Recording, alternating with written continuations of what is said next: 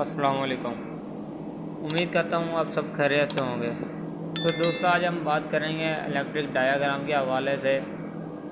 अगर कोई भी बंदा इलेक्ट्रिक का काम कर रहा है किसी कंपनी में, किसी टेक्सटाइल कंपनी में या किसी भी कोई ऐसी किसी कंपनी में जहाँ पे डायाग्राम इस्तेमाल होता हो, जो भी उसकी मशीनरी है उसके साथ डायाग्राम हो, तो उसका सर्किट अगर चला रहा है तो उसको डायाग्राम की ज़रूरत पड़ती है। लेकिन डायाग्राम समझ में नहीं आता, समझ में आएगा तो आगे कोई सर्किट उसको देख सकेगा।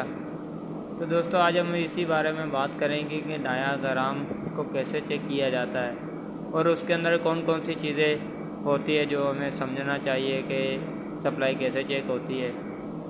इंटरलॉकिंग उसके अंदर होती है, सप्लाई होती है, कंट्रोलिंग वगैरह सब कुछ डायाग्राम के अंदर होता है। एक मुकम्मल मशीन ही डायाग्राम में होती है, जो कि समझने के लिए कोई भी चीज़ हमने ढूंढनी है तो डायाग्राम से देख लें। सिर्फ इलेक्ट्रिक की बात कर रहा हूँ, मेंटेनेंस की नहीं। टेक्सटाइल कंपनियों में तो मेंटेनेंस के लिए उनको एक कैटलॉग भी अलग से दी जाती है।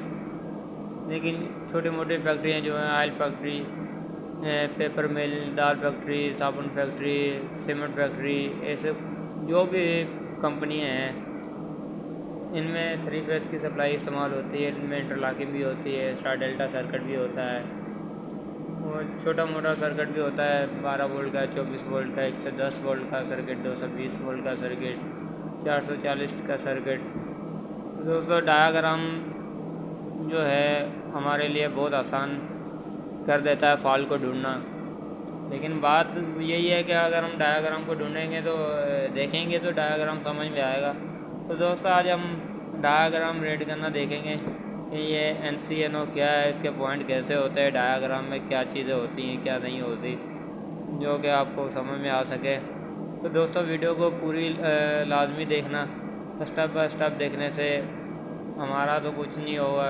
तो दोस्तों, आपकी कुछ चीज़ें इनमें से मिस हो जाएंगे। अगर आप डायाग्राम देख सकोगे तो फिर आप के दिल में आएगा कि यार इस वीडियो में उस वीडियो में ये तो चीज़ थी नहीं।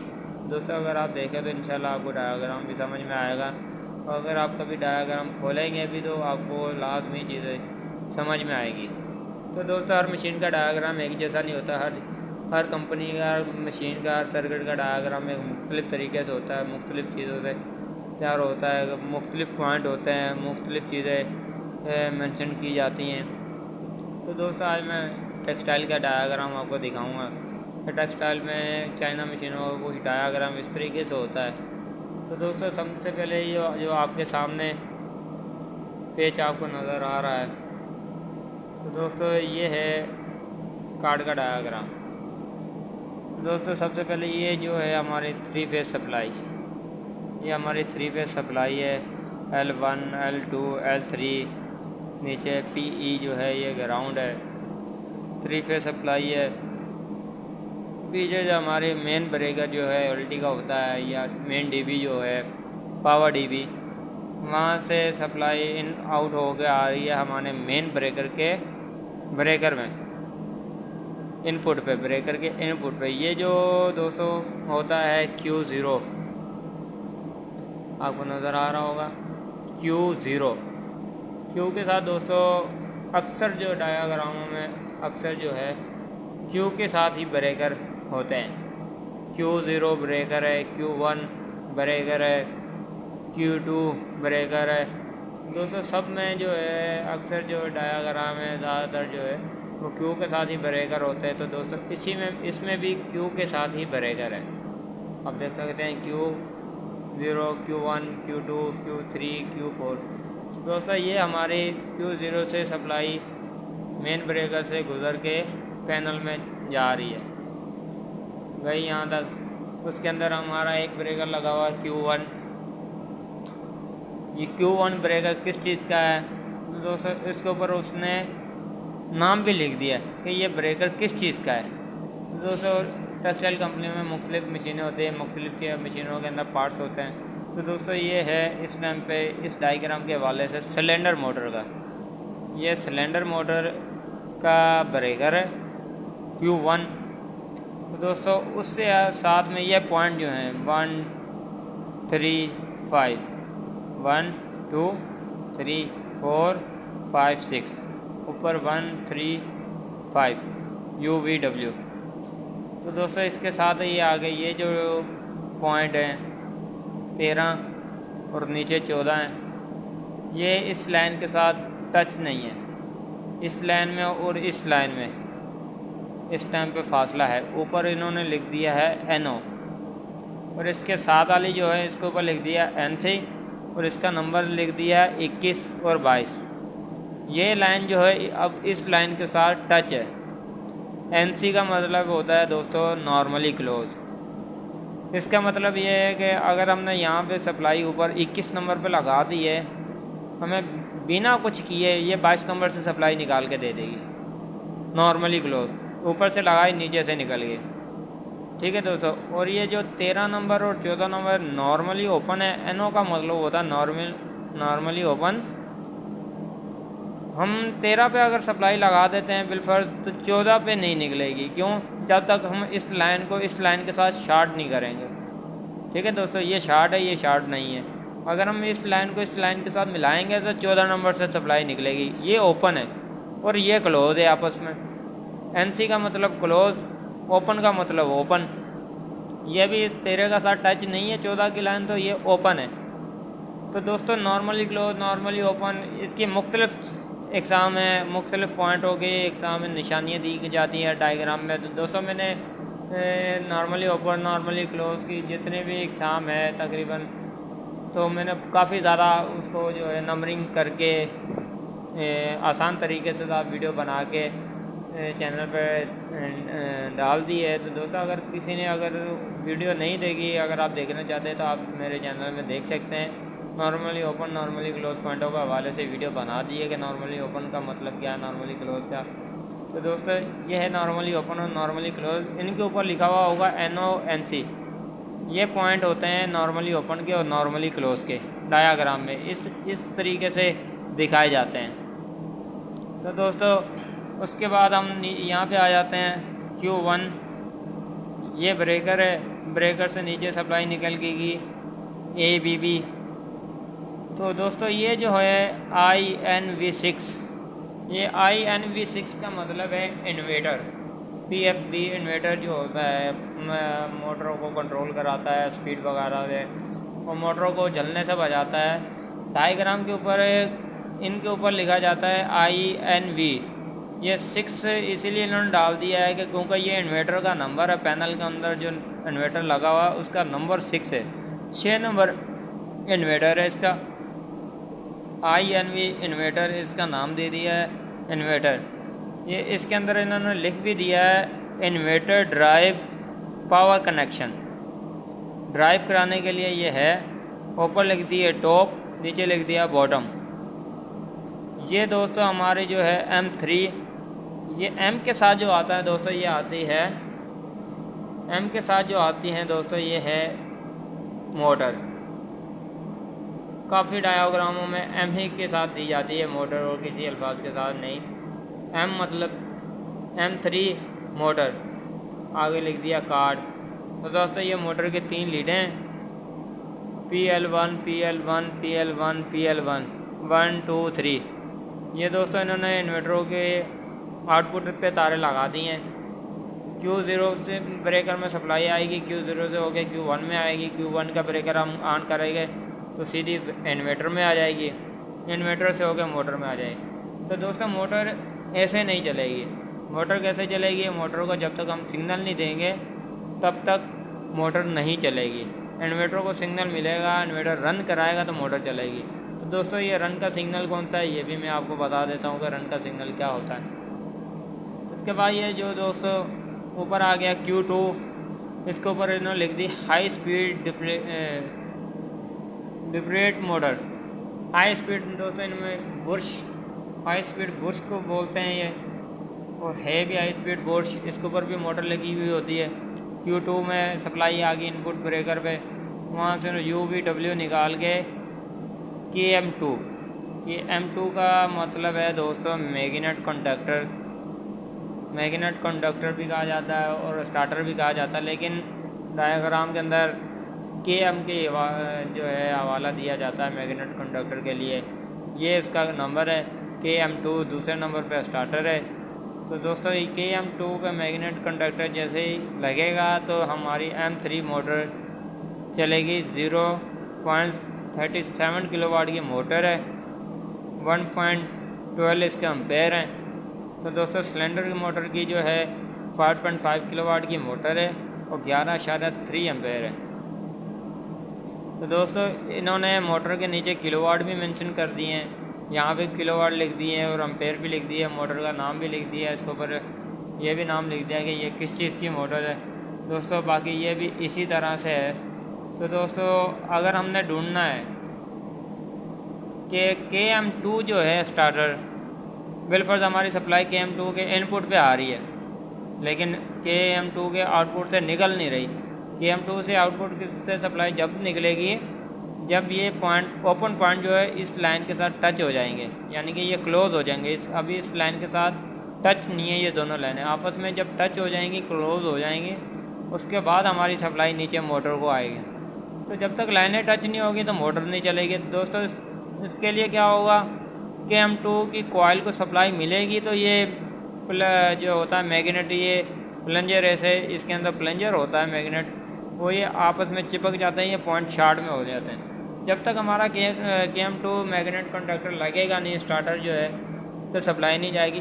अब KM2 को सप्लाई से कहाँ से मिल रही, मैग्नेट कंडक्टर कहाँ पे है और कहाँ से इसको सप्लाई आ रही है, उसके आगे इन्होंने लिख दिया है 16.D4। ये बोल रहा है कि 16 नंबर पेज है, ABCD के अंदर जो है D आएगा उसके सामने और काउंटिंग के अंदर 4 होगा। तो दोस्तों ये 16.D4 ये हमने कैसे ढूंढना है, तो दोस्तों आपको दिखा दूं, ये जो है ABCDEF, ऊपर जो है 1 2 3 4 5 6 7 8 दोस्तों इन्होंने नंबर दे दिए हैं, आप देख सकते हैं 1 2 और ABCDEF भी दे दिया है। तो दोस्तों हमने अभी क्या ढूंढना है, 16D4। अभी हमारा पेज नंबर कौन सा है दोस्तों, अभी हमारा पेज नंबर है, ये देखो इन्होंने लिख दिया है शीट 1, यानी कि हम 1 नंबर पेज पे खड़े हैं। 1 नंबर पेज पे हैं ऑफ 22, यानी कि आखिरी पेज इसका 22 नंबर होगा। 1 नंबर पे पेज पे है, हमने पेज नंबर जो है हमने यहाँ से देखना है और जो ABCD आती है वो हमने इस साइड से देखना है, जो काउंटिंग आएगी वो हमने ऊपर की साइड से देखना है। तो दोस्तों अब हम ढूंढ लेते हैं 16.D4। तो हमने कैसे ढूंढना है, 3 नंबर पेज, ये हमारा 2 नंबर पेज है, आगे पीछे है दोस्तों ये। अब हम चले जाते हैं इसी तरह से 16 नंबर पेज पे, ये 11 आ गया, 11 के बाद 15, ये 16। दोस्तों हमारा आ गया 16 नंबर पेज। 16 नंबर पेज कौन सा है, ये रहा 16 नंबर पेज है। उसके बाद इन्होंने क्या लिख दिया था, D4 16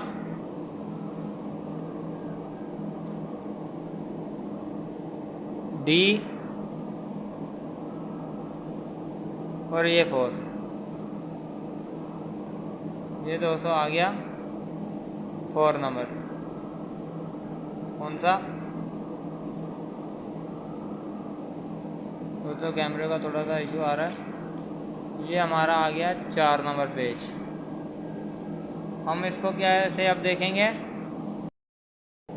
हमने इसको अब देखना है ऐसे, ये KM2 A2 A1 Y3 2.3 K2 1413 13 14 A1 A2 Y32.3। दोस्तों इसके ऊपर ये 4 नंबर आ गया, ये हमारा D आ गया, नीचे पेज नंबर 16 आ गया। 4 के नीचे है और डी के सामने है। देख सकते हैं दोस्तों, ये डी है, उसके सामने ये है और 4 नंबर के नीचे है बिल्कुल। तो दोस्तों ये बोल रहा है कि मैग्नेट कंडक्टर के A2 जो है कॉइल का पॉइंट, उसके ऊपर जो वायर नंबर लिखा होगा वो होगा C00, जो तार नंबर होगा वो होगा C00। A1 जो है दूसरा पॉइंट कॉइल का, उसके ऊपर तार का नंबर जो होगा वो होगा Y32.3। इसी तरह से दोस्तों उसके अंदर नंबरिंग होगी और तार भी होगी। तो दोस्तों कहाँ से सप्लाई आ रही है? C00 से होके ये दोस्तों आ रही है हाई स्पीड डिप्रेट स्टार्ट। दोस्तों वो बोल रहा है D03.2। दोस्तों ये होता है एक मेडूल होते हैं, मेडूल जो है उसका उन्होंने कनेक्टर नंबर बता दिया D03.2 पे इसका जो है कनेक्टर नंबर है। 14 नंबर पे इसकी तार लगी हुई है, 14 नंबर पे इसकी तार लगी हुई है। वो मेडूल से तार जो निकल के आ रही है उसका नंबर है Y32.3। उसके बाद आ रही है Q2 यानी कि जो ब्रेकर, उसकी ओपन पॉइंट 13 नंबर से आ रही है, 14 नंबर से निकल रही है। यानी कि ब्रेकर ऑन है तो सप्लाई 14 नंबर से निकलेगी, अगर ब्रेकर हम बंद कर देंगे तो सप्लाई 14 से नहीं निकलेगी। तो दोस्तों Q2 ब्रेकर हमारा इस टाइम पे ऑन है, 13 से होकर 14 पे आ गई Y32.3। 13 नंबर पे जो तार लगेगी Q2 पे वो लगेगी Y32.1। जब 14 नंबर से तार निकलेगी आगे से फिर नंबर चेंज हो जाएगा, आ जाएगा Y32.3। पीछे नंबर हो रहे, आगे नंबर हो रहे। तो दोस्तों इसी तरह पॉइंट चेंज हो गए तो वायर चेंज हो गए A1 में आ जाएगी। तो दोस्तों फिर हमारा स्टार्टर लगेगा। बिल्कुल हमारा अगर ये Q2 का ओपन पॉइंट काम नहीं करता तो स्टार्टर लगेगा ही नहीं मैग्नेट कंडक्टर। अगर ये ब्रेकर बंद है तब भी नहीं लगेगा। अगर इस मेडूल से सप्लाई नहीं निकल रही, 14 नंबर सप्लाई नहीं निकलेगी तो तब भी नहीं लगेगा। तो दोस्तों आपने क्या करना है, अगर सप्लाई चेक करनी है कि सप्लाई आ रही है नहीं आ रही, तो पहले नंबर पे हमने क्या करना है, मल्टीमीटर जो होता है, मल्टीमीटर के हवाले से दोस्तों मैं इंशाल्लाह नेक्स्ट वीडियो जो है मल्टीमीटर यूज़ करना और मल्टीमीटर का मकसद क्या है, उसको कैसे इस्तेमाल किया जाता है, उसके हवाले से भी वीडियो बनाऊँगा। नेक्स्ट वीडियो इंशाल्लाह इसके हवाले से होगी। तो दोस्तों ये है C00 मल्टीमीटर की एक वायर हम लगा देंगे C00 जो है दोस्तों वो है न्यूट्रल -0 वोल्ट, 0 वोल्ट पे लगाएंगे। उसके बाद सप्लाई चेक करने के लिए सबसे पहले हम लगाएंगे दूसरी जो मल्टीमीटर की वायर होगी वो एक लगा देंगे C00 पे, और दूसरी वायर उसकी लगाएंगे D03.2 के 14 नंबर वायर पे, 14 नंबर कनेक्टर नंबर होगा उस पे लगाएंगे। उसके आगे जो तार लगी होगी Y32.1 तार होगी, उसके ऊपर हम सप्लाई चेक करेंगे सप्लाई आ रही है कि नहीं आ रही। अगर वहाँ से सप्लाई आ रही है, स्टार्टर नहीं लग रहा, फिर उसके बाद हम लाइन से सीधा नीचे आ जाएंगे 13 नंबर पे, Q2 के ओपन पॉइंट पे चेक करेंगे। ये जो ओपन पॉइंट है इस पर सप्लाई आ रही है, हम सप्लाई यहाँ से चेक करेंगे 13 पे आ रही है, तो उसके बाद हम नीचे लगाएंगे 14 पे। अगर 14 पे नहीं आ रही तो इसका मतलब है ये हमारा पॉइंट ख़राब है। पॉइंट ख़राब है, हम ब्रेकर को पॉइंट खोल के साफ़ करेंगे या ब्रेकर तब्दील करेंगे। ब्रेकर तब्दील करके फिर हम ब्रेकर जब ऑन करेंगे तो हमारा ये मैग्नेट कंडक्टर लग जाएगा। तो दोस्तों ये जो नीचे दिए होते हैं इन्होंने पॉइंट 1D4, तो दोस्तों ये वही है, पेज नंबर है D4 यानी कि ऊपर वाला काउंटिंग वाला नंबर है, ये साइड वाला D जो है ABC वाला है। तो दोस्तों ये इन्होंने KM2 के पॉइंट दे दिए हैं 1 2 3 4 5 6 ओपन क्लोज पॉइंट होगी, इन्होंने निशानी दे दी है कि इस मैग्नेट कंडक्टर में ये पॉइंट हैं। ठीक है दोस्तों, ओपन पॉइंट है, क्लोज पॉइंट है, क्लोज पॉइंट है। दोस्तों आप समझ गए होंगे इस बात को। तो दोस्तों इसी तरह से डायग्राम के अंदर चीज़ें जो हैं दी जाती हैं, इसके अंदर भी देख सकते हैं। आपको अभी इन्वर्टर के बारे में बता दूं, इन्वर्टर जो है सिग्नल उसका देख सकते हैं दोस्तों, ये है INV1 ABB। नीचे लिख दिया इन्होंने इन्वर्टर ड्राइव सिग्नल कनेक्शन। पीछे जो इन्होंने 1 नंबर पेज पे जो था लिखा हुआ था इन्वर्टर ड्राइव पावर कनेक्शन, तो ये जो है ये पावर कनेक्शन में सप्लाई है। और यहाँ पे जो लिख दिया इन्होंने सिग्नल कनेक्शन लिख दिए हैं।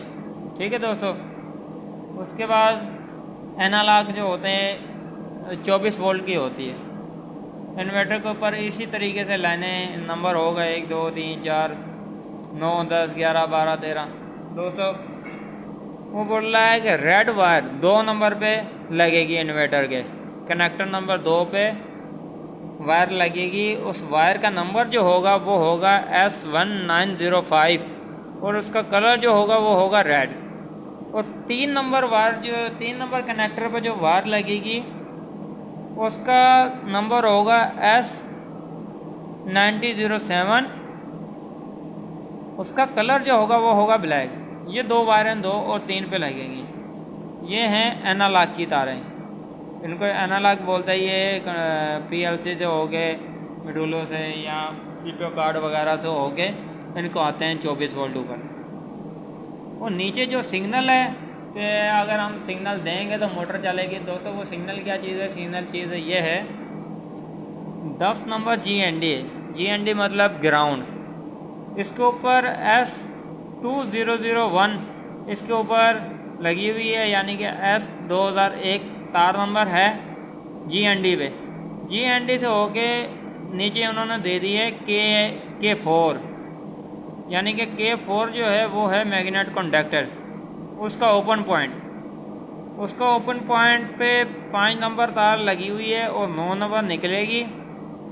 जैसे 9 नंबर वहाँ से पॉइंट से तार निकलेगी, आगे उसका नंबर चेंज हो जाएगा। नंबर चेंज होके क्या आ जाएगा? S2003, ऊपर 2001 और 2003 इसका वायर नंबर आ जाएगा। वो लगेगी आगे 12 नंबर कनेक्टर पे, इन्वर्टर के 12 नंबर कनेक्टर पे। ऊपर आगे इन्होंने लिख दिया है डिजिटल इनपुट स्टार्ट, यानी कि ये मोटर को चलाने के लिए प्रोडक्शन रन सिग्नल।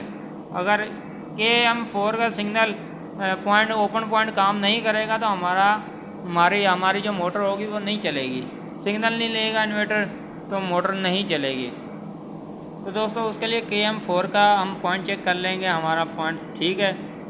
उसके बाद फिर S2001 से होके फिर आ जाएगी KM5 के ओपन पॉइंट में, यानी कि ये है फॉरवर्ड का मैग्नेट कंडक्टर, ये है रिवर्स का। ये रिवर्स भी चलेगी और फॉरवर्ड भी चलेगी। मुसलसल फॉरवर्ड चलेगी अगर हमें ज़रूरत पड़ जाती है मोटर को उल्टा चलाना है तो हमने रिवर्स चलानी है, तो उसके ऊपर KM5 इसका जो रिवर्स का स्टार मैग्नेट कंडक्टर होगा उसके ओपन पॉइंट से होके सप्लाई आएगी 14 नंबर पे। 14 नंबर पे वायर लगेगी आगे। ठीक है दोस्तों, इसी तरह से दोस्तों इनमें जो है लिखा हुआ होता है आगे के रिवर्स पे तार कौन सी लगेगी, स्टार्ट पे कौन सी लगेगी, फॉल्ट पे तार कौन सी लगेगी, एनालॉग की तारें दोस्तों कौन सी होती है। सब दोस्तों डायग्राम पे इतना मुश्किल नहीं है डायग्राम, अगर आप देखेंगे तो इंशाल्लाह आपको समझ में आ जाएगा अगर आप कोशिश करेंगे। दोस्तों सबसे पहली बात यही है, हमें कोशिश करनी चाहिए। कोशिश करेंगे तो इंशाल्लाह उसका फ़ायदा भी होगा, हमें मेहनत का सिला भी मिलेगा, मेहनत तो नहीं ज़ाया होगी। तो दोस्तों डायग्राम हमारे लिए लाजमी हो गया है। जैसे जैसे लेटेस्ट चीज़ें आ रही हैं, लेटेस्ट मशीनें आ रही हैं, तो डायग्राम के बगैर तो गुजारा अब नहीं होता। तो दोस्तों मेरी आपसे ये रिक्वेस्ट है कि आप डायग्राम देखें, समझने की कोशिश करें तो इंशाल्लाह आपको ज़रूर समझ में आएगा। तो दोस्तों अगर आप डायग्राम के हवाले से अगर कोई सवाल जवाब करना चाहते हैं, अगर आपको कुछ समझ नहीं आ रही, कोई मिस्टेक आपको नज़र आ रही है, तो दोस्तों आप कमेंट में हमें बता सकते हैं। तो दोस्तों उम्मीद करता हूँ आपको ये वीडियो पसंद आई होगी। तो दोस्तों इस वीडियो को शेयर लाइक कमेंट ज़रूर कीजिएगा।